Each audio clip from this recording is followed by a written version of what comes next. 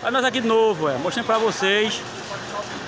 O tombador já no lugar, casou bonitinho, tudo perfeito.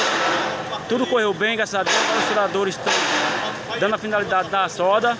A turma de caldeiraria e a turma de serralheiro, né? Que é o mecânico, junto com a turma da casa de cana, né? Especial, nosso carregado Rinaldo, nosso fiscal, né?